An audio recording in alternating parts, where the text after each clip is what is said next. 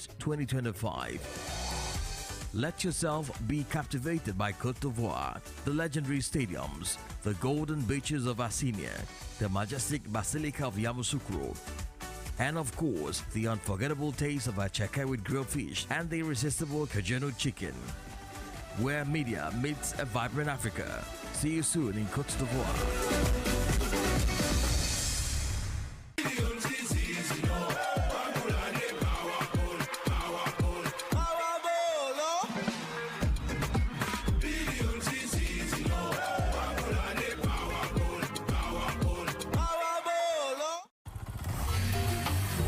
Hello, Kampala, Uganda. In response to the national call of strengthening the traffic security, Good Products Group HGO brand has officially launched the Rider Selection Campaign. Registration is now open. Visit www.riders.hgo.com. Complete your registration now for a chance to win exciting prizes including motorcycles, exclusive HGO gift boxes, and official rider vests, all while promoting safe riding awareness. This is how to participate. Pay the registration fee, invite 3 friends to form a team of 4, and your registration fee will instantly be refunded. Begin your journey of honor today. Don't miss this opportunity. Join the challenge, promote road safety, and become a pioneer rider. For details, visit the official Good Products website at www.hgo.com or call toll-free 0800-335-555 or visit our offices at Kingdom Kampala 3rd floor to register now and win prizes worth millions.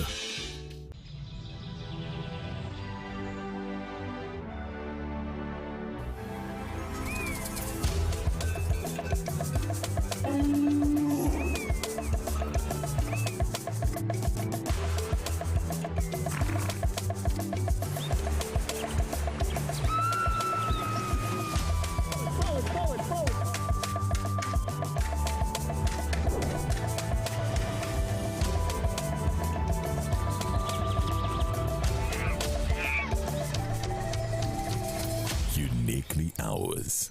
Explore Uganda.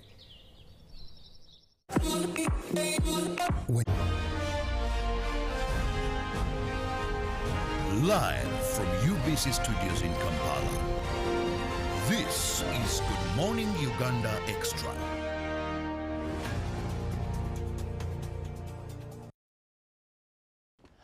A lovely morning to you, and thank you so much for being with us on UBC TV. Thank you so much for being with us in Good Morning Uganda. Now, it is the Extra, and I'm Robert Chirabo Nyonyitono. And this morning, we are going to be discussing something very, very important, and that is the budget. Now, we saw the budget reading, and every Ugandan knows how much the budget is going to cost. Now, the budget is what you expect to collect from Ugandans, from the loans, and how we plan to spend it. Now, this morning, we want to look at how the national budget promotes business environment. I've just been discussing with my guest here, and of course, we had some little bit of arguments here and there, offset, and some are even annoying when it comes to some of the monies that are put there and what you go through to get them. Now, join me welcome the man I usually call the budget. This is Julius Mukunda, the ED Civil Society Budget Advocacy Group, CS-BAG. All the time I meet him, even if it's on the streets, we are talking about the budget. What we've heard, I'll keep it offset regarding some places you're supposed to go and get this money. But good morning, Julius. Good morning, Robert. How have you been? You must be one of the happiest people. Oh, yes, I'm happy.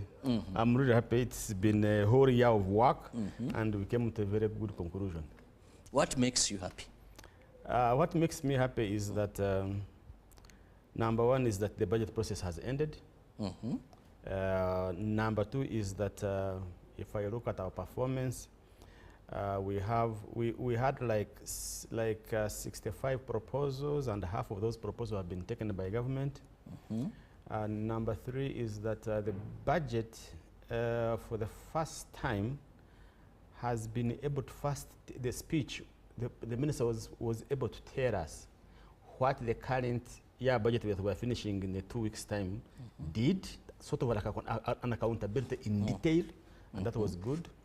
And also, so giving us an outlook on where the things are going to be able to go. And finally is that there are some very good proposals in the next year budget that I felt it would be very important for us to communicate to the public. And I think that's the whole gist of what is happening. Despite that, of course, with the Uganda senti enyami entono okaya ngeri mukwawa, there are still some headways some things we need to cover and improve so that we can be able to learn from what has happened in the past and also improve the future. Now I want to take you to my topic this morning. Yes. How this budget is going to promote business growth. Yes. Well, knowing you have statistics that very few of our businesses, not even 50%, make it to their first birthday. Yes. And less than 10% make it to 5 years. Yes. Now, when I saw the budget, first as a farmer, I was very excited. But of course, offset, I shared how I was frustrated when I went to look for some of these monies. When you ask me for a report of a certified accountant, and you're a farmer who keeps your books manually. I have my records. Poor Chirabo, I had not much to say but to move out of anger and protest. Now, how is this budget going to promote business? Because remember, the private sector does so much to national growth. Yes. They pay the taxes, they create more employment compared to the government. So how are we moving into that direction? So at CSBAG, one of the things we have started is to not only push government spend, but we are now getting into an area where how can government be able to generate revenue?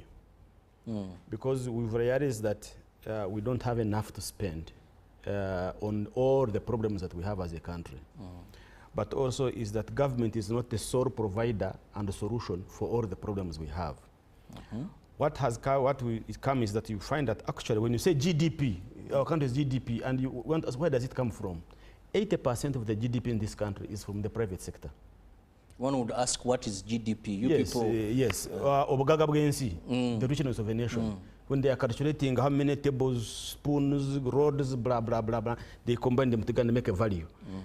We have found out it is very well documented that 80% of that value of the government, of a country's richness is from the private sector, the businesses, not from government.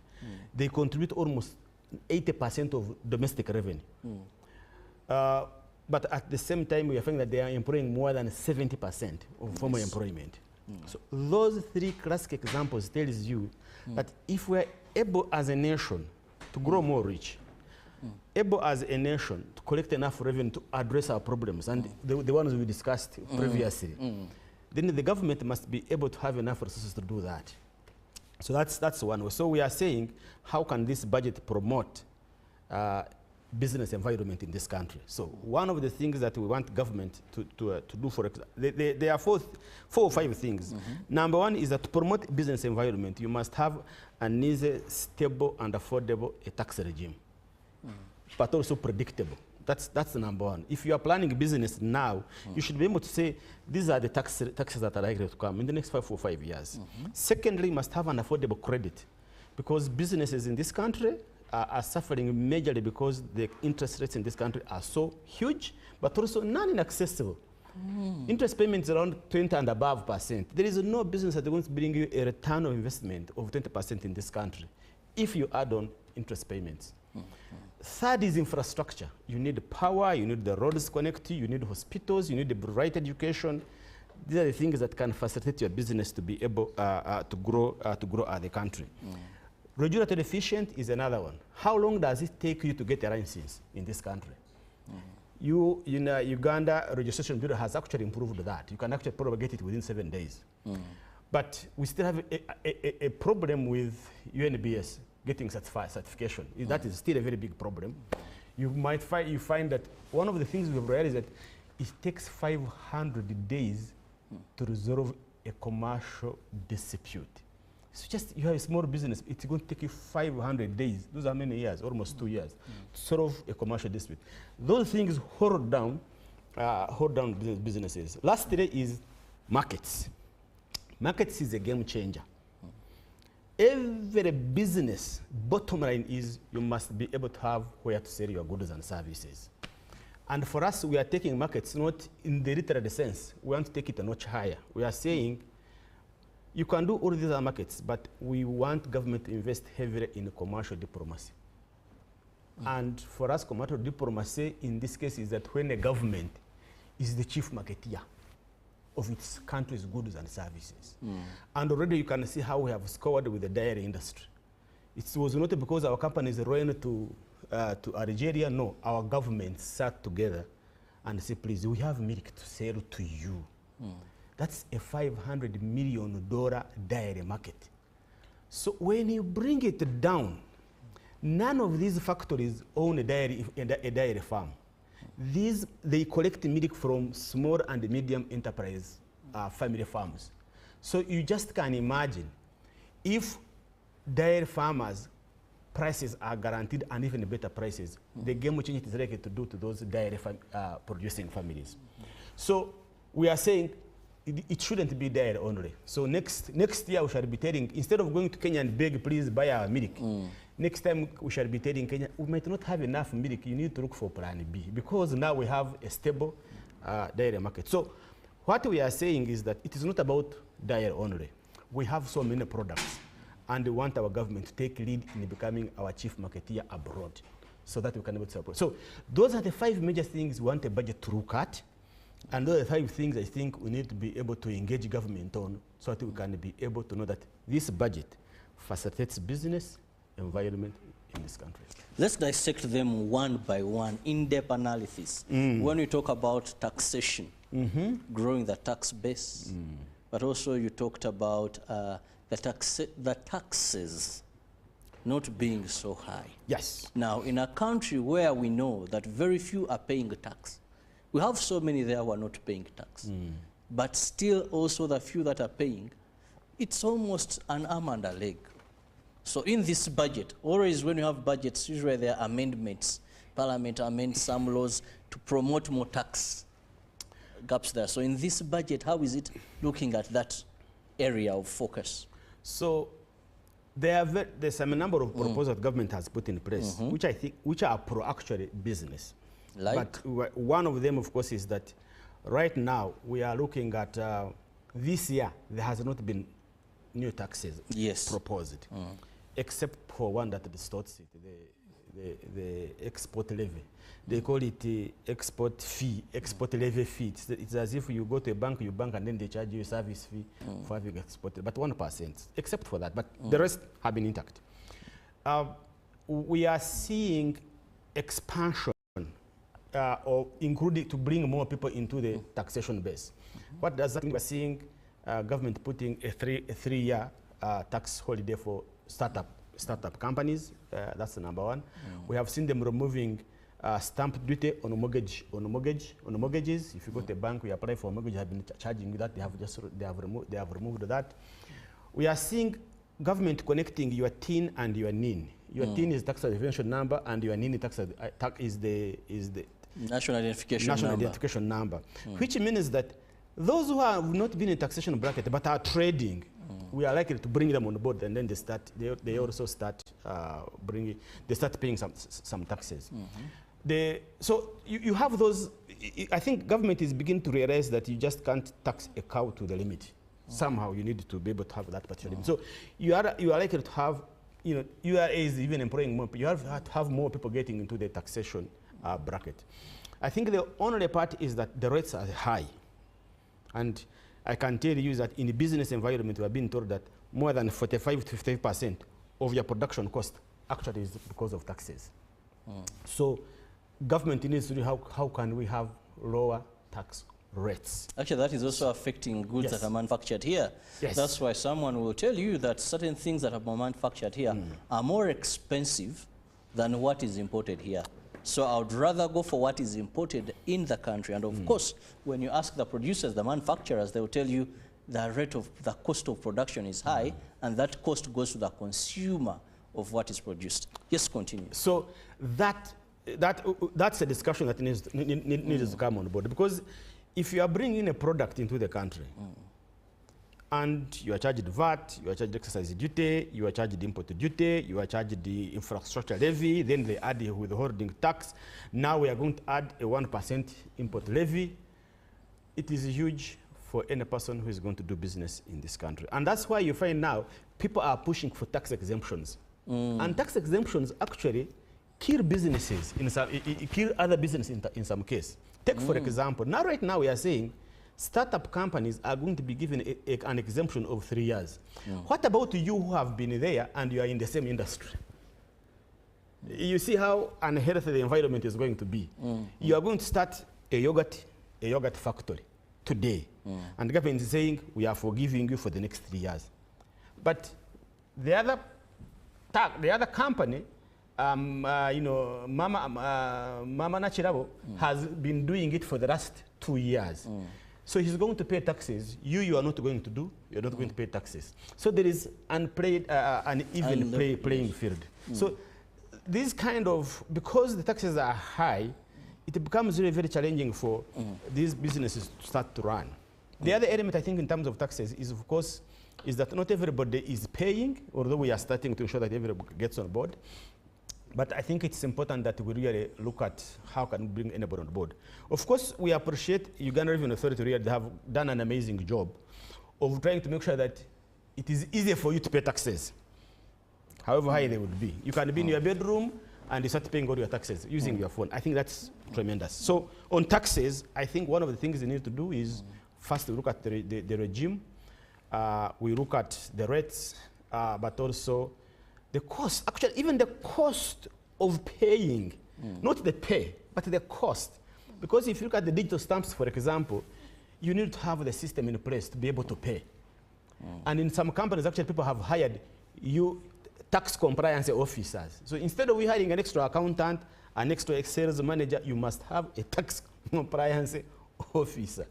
So these are the things that the businesses are facing, and I think it's high time we begin to look at them and see how we can be able to resolve them. The other element, of course, is affordable credit. Affordable credit is, yes, government has pushed in $1 trillion in UDB. Credit to that. I failed to get that money. Continue. We have actually almost 2.4 trillion Ugandan shillings on wealth creation programs. UDB. Here, I look at 10 trillion Uganda Development Bank. That is UDB. For the last 10 years. Now, we are looking at all PDM trillions have been allocated there. 3 trillion, we're adding a fourth one. And now, you look at GROW. That is 23 about something trillion. 243 billion. Now you come to Emyoga. 100 billion extra. 100 billion there. Yes. You know, interest-free credit facilities for commercial farmers. That's a new one, 175 billion. 175 billion. Yes, and I'm eager, Julius, if you know, help me. This, I must partake of this money. Now, okay, but I'm looking at those other credits available. Yes, and the others, but I think there is also the small and medium enterprise fund, 100 billion. So these credit lines, if I can call them, are for different types of people. If you're a small, medium enterprise farmer, go for PDM, 1 million, go for PDM. If a small enterprise business person with probably 20 to 50 million there, go for the small and medium enterprise fund. That is for you. If you are Juakali, you have no books, but you know you have your fabricated store somewhere.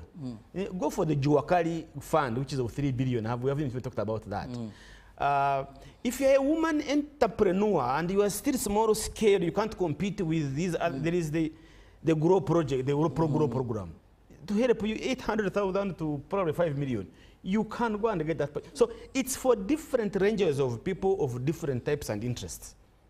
So I think that is, if the only thing is that we need to ensure that these programs are executed efficiently and effectively, so that it can be able to. I think also to add on that they benefit the people they are meant to benefit. Exactly. But most importantly, they will not find you in your bedroom.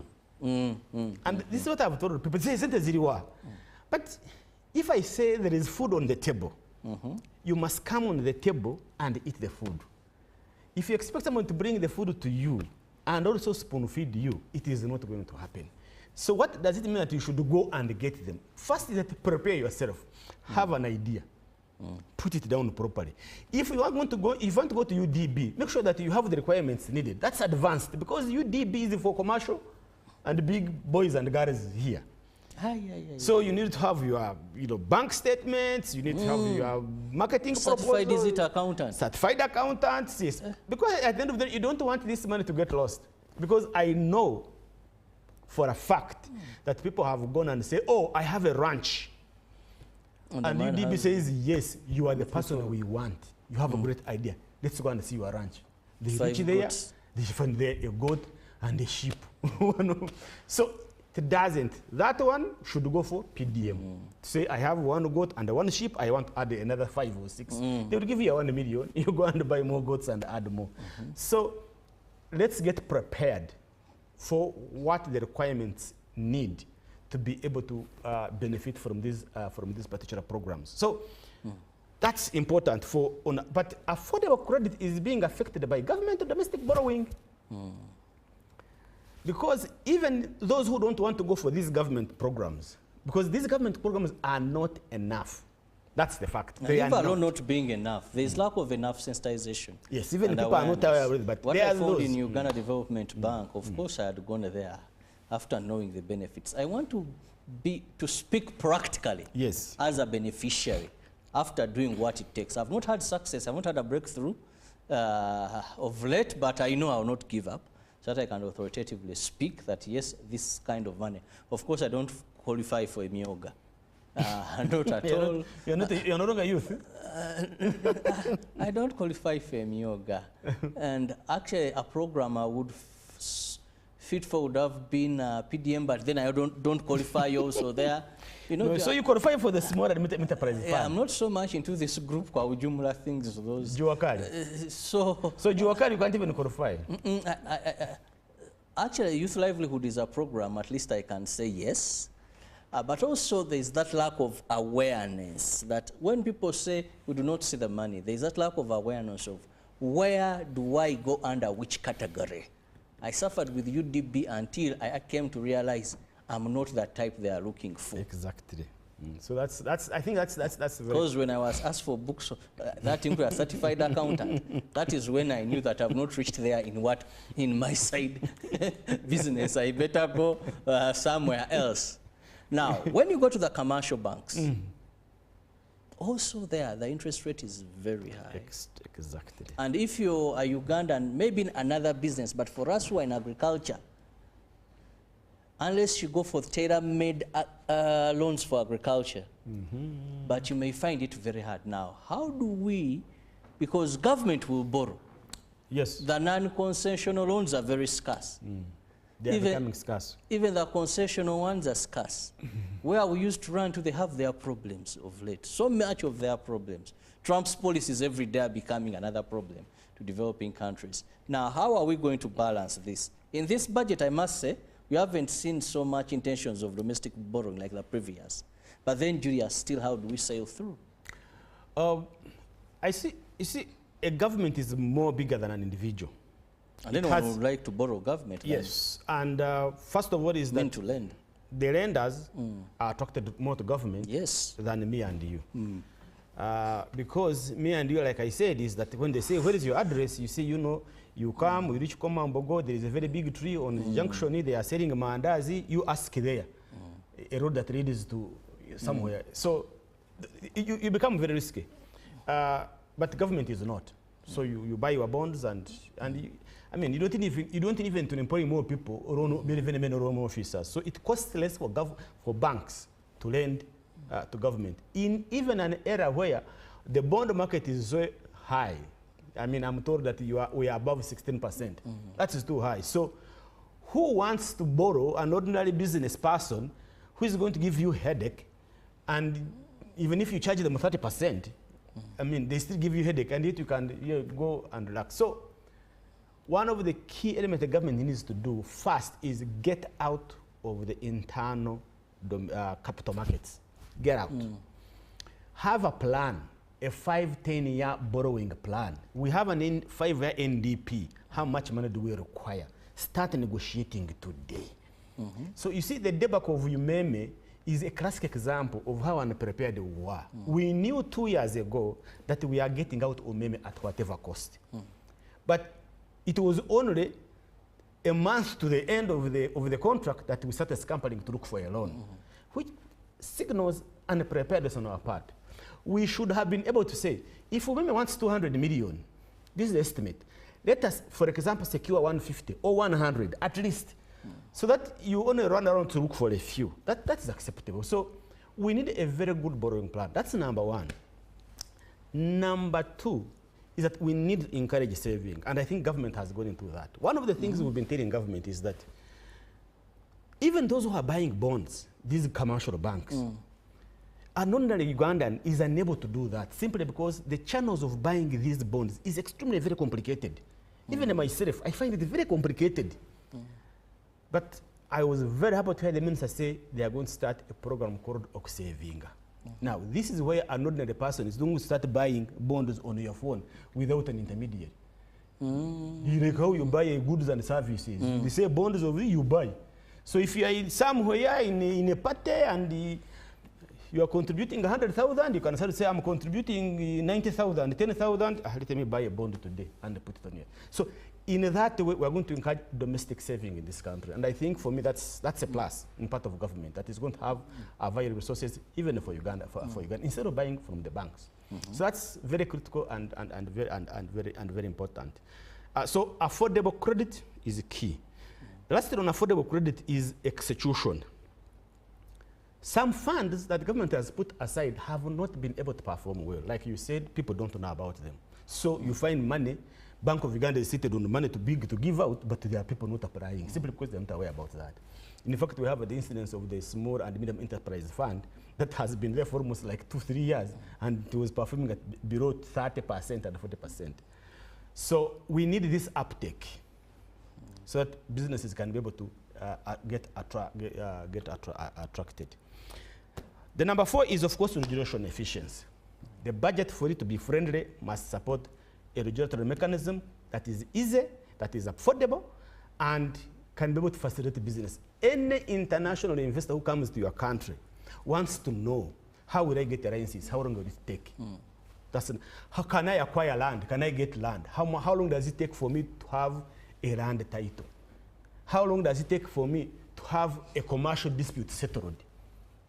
See, Chirabo, these are some of the things that sometimes we want to take it for granted, but they are very critical for any business to grow. So if I come and I have borrowed money, and it takes me 2 years to get a land title, and even after getting a land title, I'm taken to the bank that I got a wrong land title, somebody is claiming the land. It takes me another 3 years to have that case settled in the court. There is no way that this company is going to be successful. Collapse. It will definitely collapse. Because the court will say maintain status quo. Maintain status quo, and by the time you finish, the bank is on your case and has taken your collateral which you had given out. So, regulatory efficiency is a very key element that we need to address. Uganda National Bureau of Standards has done that. You see, some things can be done by the way. You see, there is when we say, Uganda is failed. No, that's not. There are some agencies that have been very excellent in delivering services in this country, and you get shocked. Personally, I went to renew my driving license, and I knew it was going to take me longer, so I had booked the whole day to be out of office. When I entered, I put a timer. I walked in 25 minutes down the road. I walked out with my driving license. In fact, I thought probably it was a fake one, but it was a real one. Let me tell you, Julius, that place down Uganda railway grounds here, I've gone to places in this country, and I want to credit them. It is the only place where you find, it is among the few places where systems work. When I went there, my experience, I came back and praised them here on TV. From the gate person, the way you handled, the movement as you're sitting, no overtaking, unless there's a pregnant woman, an elder person. Everyone is very professional to the latter, and we want to thank you so much. And they are Ugandans. They are Ugandans. So when they tell you, just wait, this one, go take a picture, your name is red, you see your license is out, they are doing a tremendous job. Why? You want to ask why are there an island in all the service that we are giving? So to have a regulatory agenda, we must ensure that it is efficient. So you ask yourself, how long can you get your goods to be satisfied, for example? But even how long does it take for you to import goods that reach at the border, you are paying taxes? How long are they going to be able to be assessed and you get out? So these are the things that I think the budget needs to look at. Ensure that Uganda National Bureau of Standards is very well facilitated to ensure that you are assessed within 1 or 2 days. You are out. Ensure that if there is a court dispute, you have enough judges. I was told there is a judge at the commercial court who has got 1,000 cases pending on his desk. Even if he was a superhuman and he's using AI, he will never finish in the next 3, 4, 5 years to come. So yet you need, more are coming. Yet more are on that status. Yet more are coming. I mean, I don't know how they are managing it, but the fact of the matter is, one, provide services to the judges, have more judges on board, promote alternative dispute resolution. Instead of going to court, have a court clerk who will sit with you and say, guys, can you agree on this? You know, there's also that. Can you sit and agree? And people debate and say, okay, instead of going to the expensive process, maybe let's agree on here. And then you move. That's the way we can be able to facilitate this. But if you are going to wait for a judge who has got 100 cases on his table, that is on the promise that he's not going to fall sick. That's the other part. On the promise that he shouldn't go for leave. On the promise that, I don't know. But we need to address those. Lastly is, I think, the issue of markets. Let's begin with the question of markets. We must go for a break. Keep it with us on UBC TV.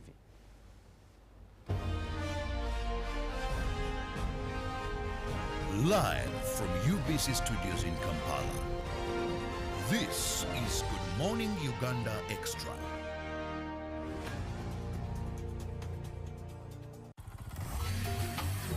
Hello, Kampala, Uganda. In response to the national call of strengthening the traffic security, Good Products Group HGO brand has officially launched the Rider Selection Campaign. Registration is now open. Visit www.riders.hgo.com. Complete your registration now for a chance to win exciting prizes including motorcycles, exclusive HGO gift boxes, and official rider vests, all while promoting safe riding awareness. This is how to participate. Pay the registration fee, invite 3 friends to form a team of 4, and your registration fee will instantly be refunded. Begin your journey of honor today. Don't miss this opportunity. Join the challenge, promote road safety, and become a pioneer rider. For details, visit the official Good Products website at www.hgo.com or call toll-free 0800-335-555 or visit our offices at Kingdom Kampala 3rd floor to register now and win prizes worth millions.